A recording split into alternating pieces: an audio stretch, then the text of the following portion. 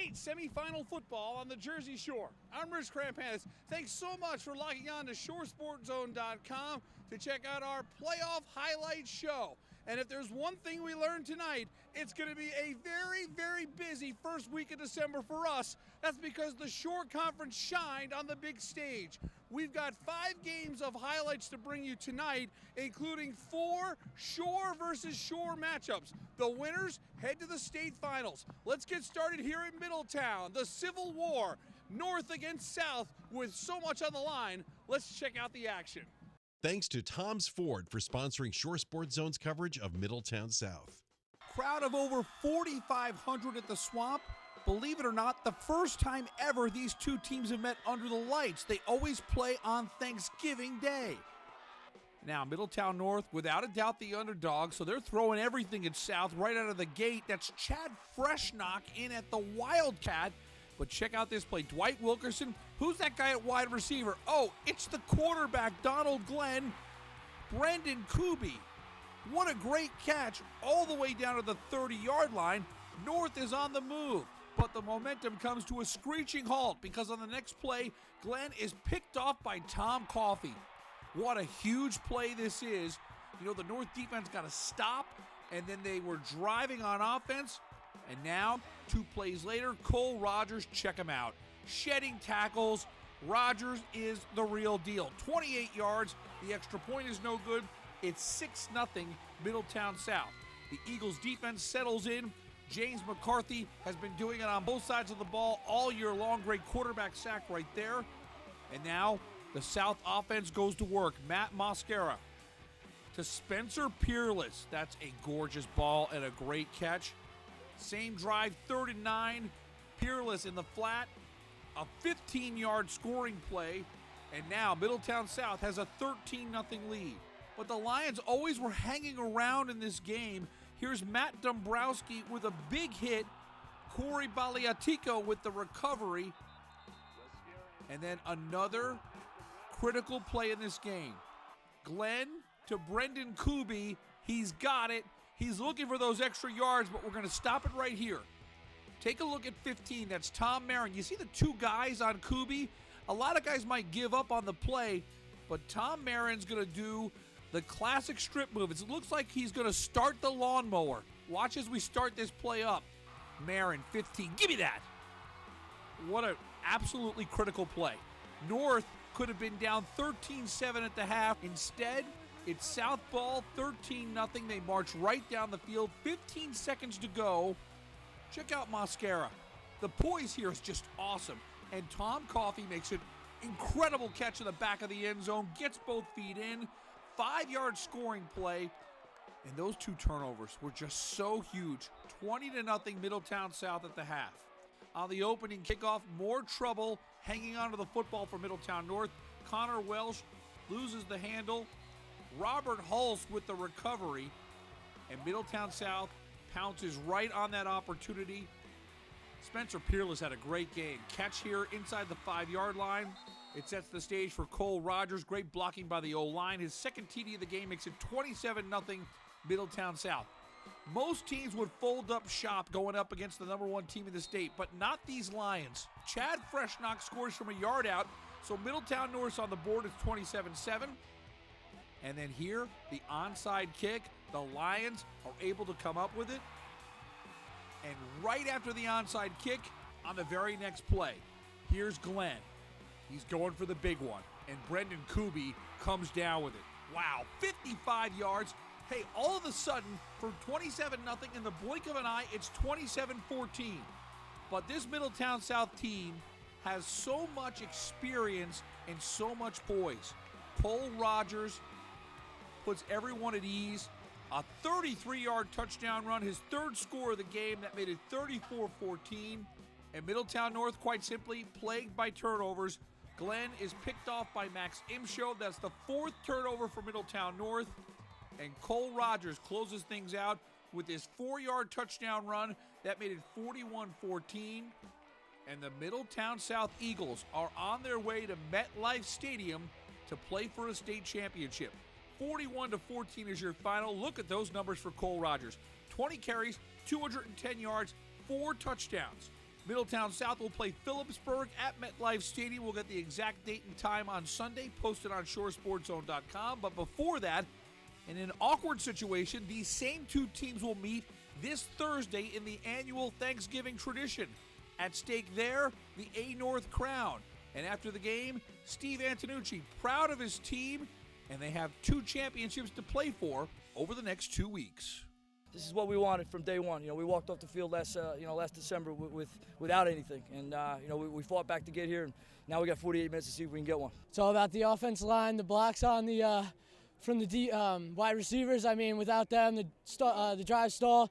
Big plays from the wide receivers. Without them, I mean, we wouldn't have scored many of those points.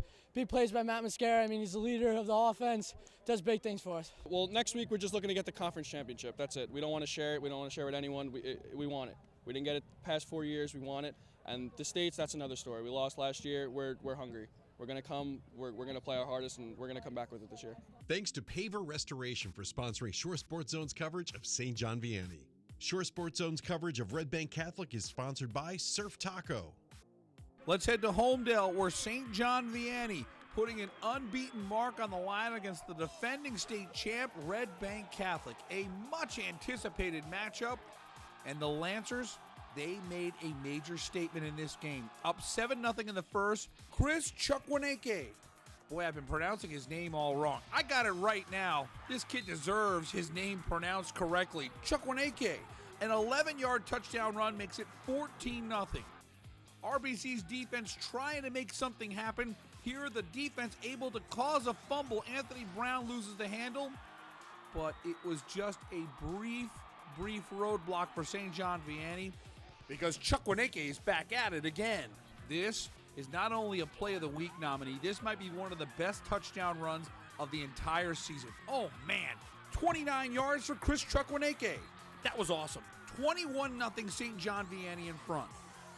Eddie Hahn and Anthony Brown, 2 of the best quarterbacks in the state of New Jersey, 2 D1 guys.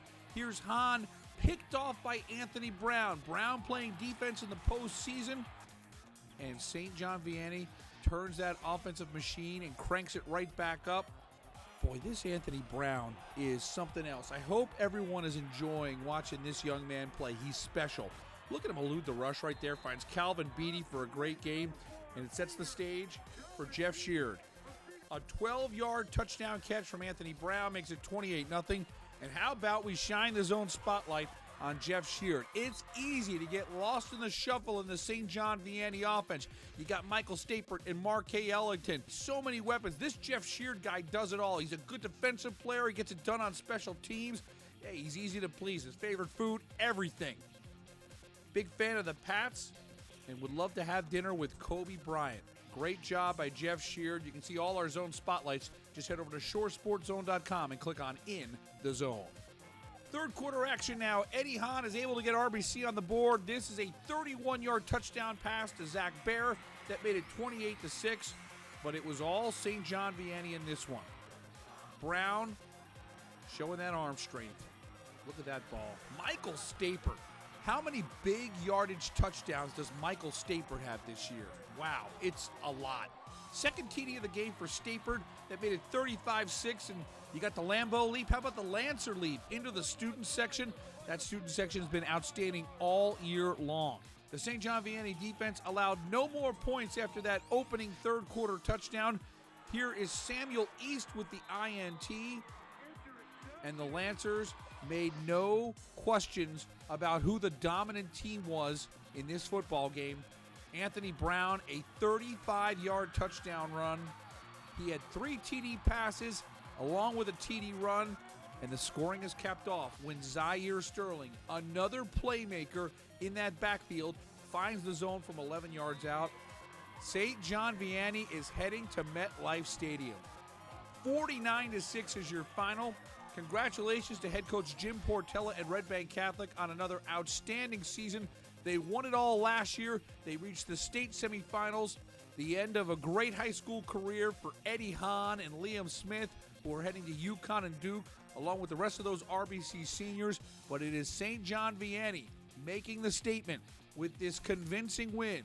They will face the winner of DePaul and Del Barton, who will play on Saturday afternoon.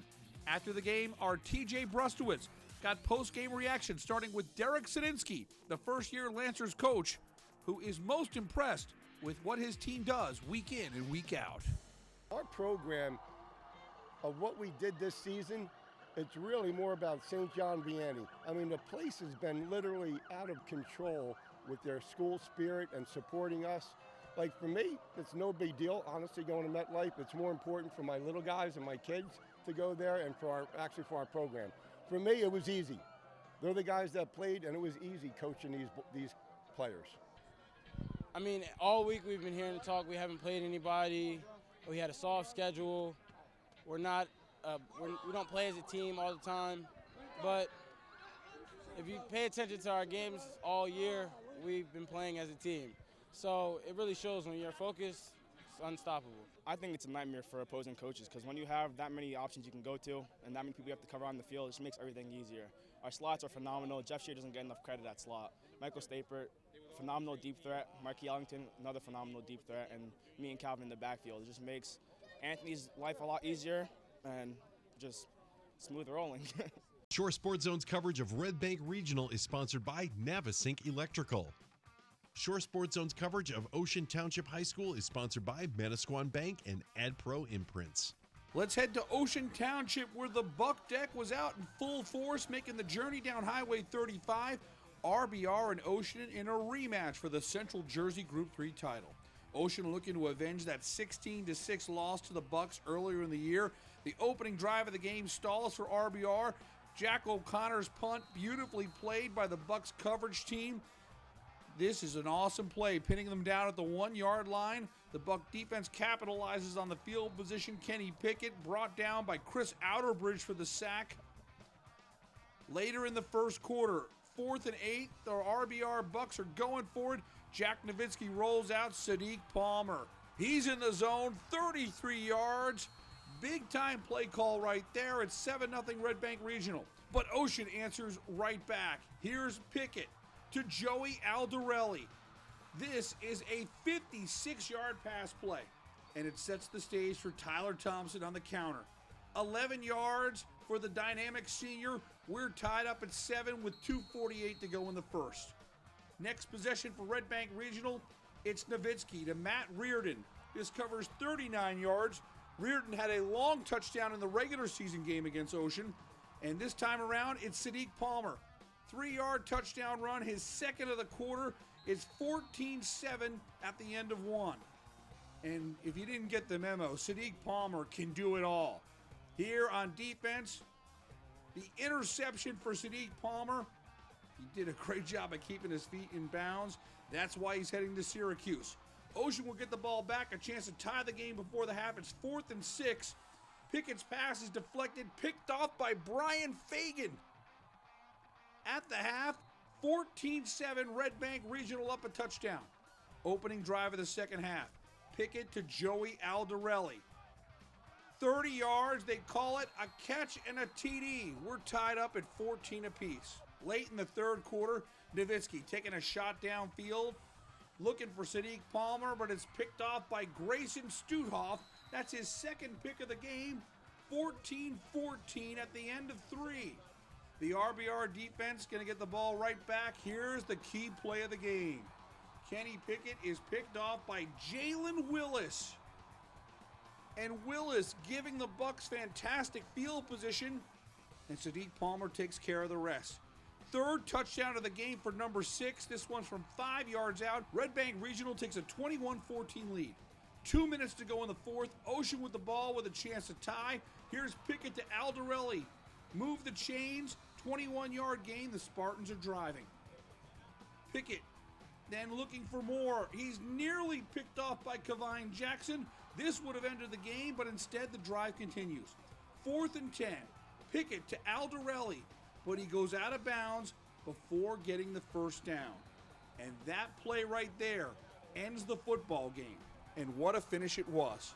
The Red Bank Regional Bucks are heading to the state championship game at Rutgers in the first weekend of December. 21-14 is your final. What a game, and there's no surprise that Red Bank Regional leaned on its star player, Sadiq Palmer. 3 TDs, 2 on the ground, 1 through the air, and a key interception. When it's all said and done, Red Bank Regional shocked the entire shore and, quite frankly, all of New Jersey. No one saw a 10-0 record, but here's Red Bank Regional. Back in the state finals for the first time since 2003. They look for their first state title since 1975. After the game, our Alex Lorenzo caught up with the 2 leaders of Red Bank Regional, quarterback Jack Nowitzki and the dynamic wideout, Sadiq Palmer. It feels amazing. This is what we wanted from day one when we started in the summer. So we're very proud of what we have done, and we still working hard. We got Long Branch next, and then we play RFH. So the hard work not stopping. We might be the only people before the season that thought this, but I mean we believe in this the whole way, and when we trust the system with Coach Giglio, a guy that knows us more than anyone. But maybe just as much as our parents know us, because we spent so much time with him. And when we trust him and he trusts us, I mean, you can't have better chemistry than that. Thanks to Reach Your Potential Training for sponsoring Shore Sports Zone's coverage of Rumson-Fair High School. Let's head to Rumson. State champ against state champ. RFH taking on Matawan. These 2 teams met in the regular season in week 2. RFH scored a 17-0 win. And the Bulldogs setting the tone in the first quarter. Here's Michael O'Connor to Matt Vecchiarelli. Vecchiarelli from 9 yards out gets RFH on the board. It's 7-0. George Pearson didn't play in the first regular season matchup between these 2 teams. He's back and healthy. He finds Alex Pierce. Great catch there to the 38-yard line, but the drive would stall. Huge play here in the second quarter. It's Brian Hess. He gets in the open field, and Hess is off to the races. A 60-yard run. Inside the 5-yard line, it would lead to this. Mike Ruane from 2 yards out. It's 14-0 Rumson-Fairhaven in front. The RFH defense has been stellar all season long. Here's Griffin Schultz with the pick at the half. Rumson-Fairhaven in control with a 14-0 lead. The dog pound is loving it. Second half, O'Connor. This guy might be one of the most underrated receivers in the shore. I love this John Kingdom. He makes highlights every time we're there, all the way down to the 13-yard line. That sets the stage for Thomas Chapin, who's done a great job with his right foot for the Bulldogs. 25-yard field goal makes it 17-0 Rumson-Fairhaven. The Huskies get on the board with 5 minutes to go in the third. This is Isaiah Phillip finding the paint from 15 yards out. But Rumson-Fairhaven was able to put together effective drives. Here's O'Connor to Brian Hess. It's so nice to have those receivers that can catch the ball out of the backfield. And then a great play here. O'Connor finds Hess. Look at him shed the tackle. He's in the zone. A 5-yard touchdown catch for Brian Hess makes it 24-7. Matawan trying to stay in the game. Great play here as George Pearson finds Alex Pierce, a 60-yard touchdown scoring play. That made it 24-14, but RFH would recover the onside kick and run out the clock. And the Bulldogs, for the 3rd straight year, will play for a state championship. 24-14 is your final. And the stage is set for the Battle of Ridge Road. Man, Central Jersey Group 3 at Rutgers. Rumson-Fairhaven against Red Bank Regional. That is going to be something else. Can't wait to bring you the highlights of that one.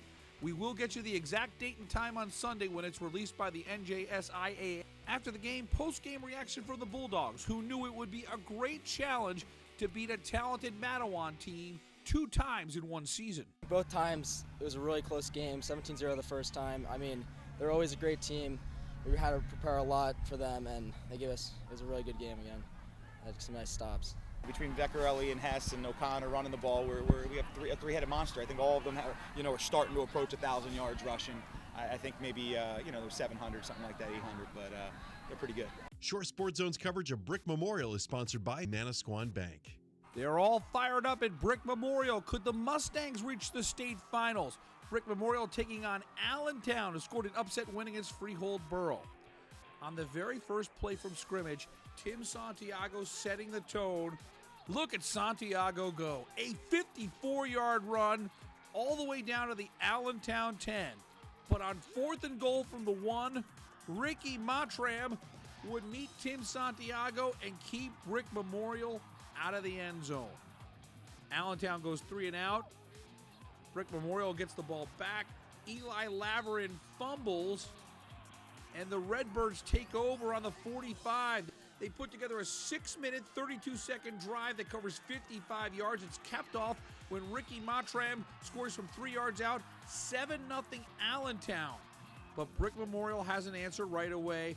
On the first play, here's Tim Santiago for 13, and it sets the stage for Tony Thorpe. Santiago and Thorpe both over 1,000 yards rushing. Thorpe, 34 yards. We're tied up at 7. Biggest play of the game comes right here.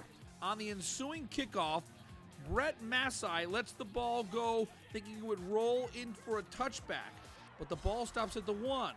So Victor Gomez, still in full pursuit, wraps up Massai, strips it. It goes into the end zone, and Victor Gomez falls on it. So just like that, 2 touchdowns in 11 seconds for the Mustangs. They lead 14-7. And then with under 2 minutes to go in the half, here's Tony Thorpe. That covers 17 yards. The Mustangs are on the move. Tim Santiago, a 19-yard gain. But time is running down. 4 seconds to go. Santiago to the air, and Eli Laverin. Oh, man. What a roll of the dice. 36 yards. It's a buzzer beater. At the half, Brick Memorial has a 21-7 lead. What a gutsy play call. Allentown comes out in the second half, goes aerial. Jordan Winston to Matt Hahn for 26 yards. And then it's Winston to the air again. This time he finds Shane Duffy. It covers 37 yards. But all game long, the Brick Memorial defense had an answer. Anthony Garcia comes up with the INT on the Brick Memorial 10. Santiago missed 2 drives in the second half with a lower body injury, but he was able to get in and engineer a 9-play, 90-yard drive. Here's Thorpe for 27. Eli Laverin for 18. And boy, this offensive line has that 3-headed monster in the backfield with Thorpe, Laverin, and Tim Santiago. Santiago from 3 yards out caps things off, and Brick Memorial is heading to the state finals. Congratulations to head coach Walt Curry and his staff. This is a team that lost in the opening week of the season 36-6 to Brick Township, the crosstown rival. They turn around and put together a 9-2 season, and now they are 1 win away from winning it all. Great stuff from Brick Memorial. They're 28-7 winners over Allentown. You see the numbers for Tony Thorpe and Tim Santiago, who both go over 100 yards. Gutsy play from Santiago, who was playing injured in the second half. It's the Mustangs heading to the Central Jersey Group 4 Finals with a 28-7 win over Allentown. We've got one more game this weekend to bring you. It's on Saturday, Jackson Memorial at Steinert. The Jaguars looking to get back to the state championship game. We'll have all the highlights and post-game reaction. We'll also have all of the state soccer championships at Kane University. 4 Shore Conference girls teams, 2 Shore Conference boys squads. We will have it covered for you all weekend long. For our team at Shore Sports Zone, I'm Rich Krampanis. Thanks so much for watching, and we'll see you all weekend with more high school sports right here on ShoreSportsZone.com.